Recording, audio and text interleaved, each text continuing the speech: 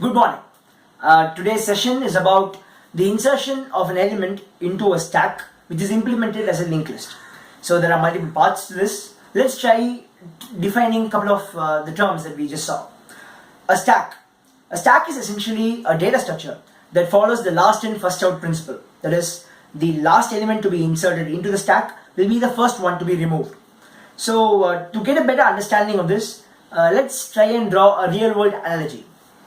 So consider a pile of books. How will you add a new book to a pile of books? You would add one to the top of the pile. How would you start to remove books from the top of the pile? You will actually remove one by one starting from the top.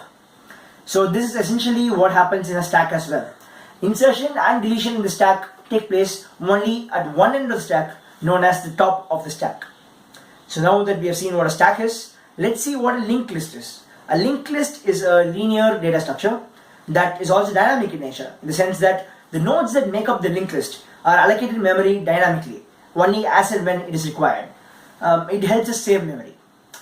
Now that we have seen what a stack is and what a linked list is, we can dive right into what the insertion process is going to be. Before we go into the insertion process though, we need to define a structure called node. These nodes are objects that make up the linked list. We can visualize a node to be a large box that is comprised of two smaller boxes.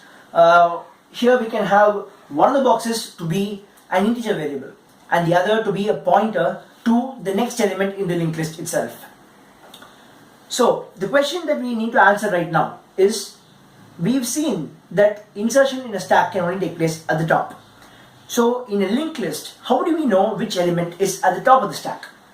So the easiest way to know which element is at the top of the stack would be to define a standalone variable known as the top variable that we have defined here, that always points to the top of the stack irrespective of which variable is on the top of the stack.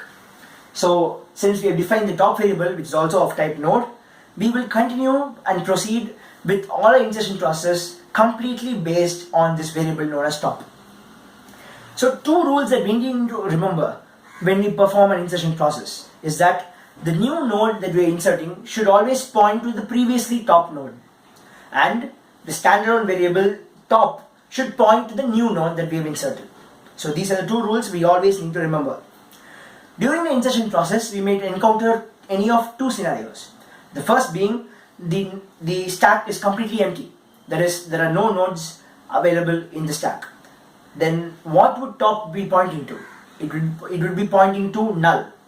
So we can understand intuitively that since top is pointing to null, the new element that we have created, the temp variable, should now point to null as well.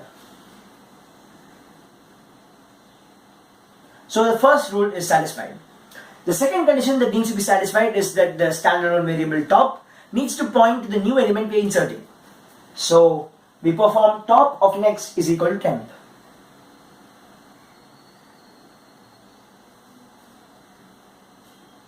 And that helps us satisfy the second condition. So we have successfully inserted a new element into an empty linked list. That is a stack implementation of a linked list.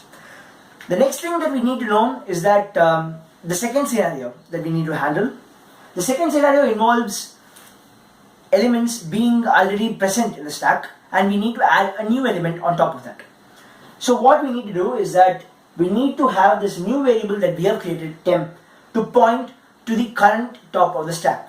We also know that the current topmost element is pointed to by the standalone variable called top. So we can understand that the first condition or the first statement that we need to run is temp of next is equal to top of next, which means that temp will become a pointer to the topmost element of the stack. The first condition will be satisfied. The second condition that needs to be satisfied is making the top standalone variable point to the new variable that we created, the temp variable. So we execute the command top of next is equal to temp.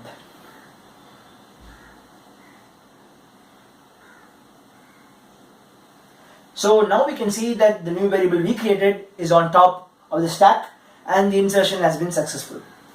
With that, we come to the end of the session. I hope you enjoyed it.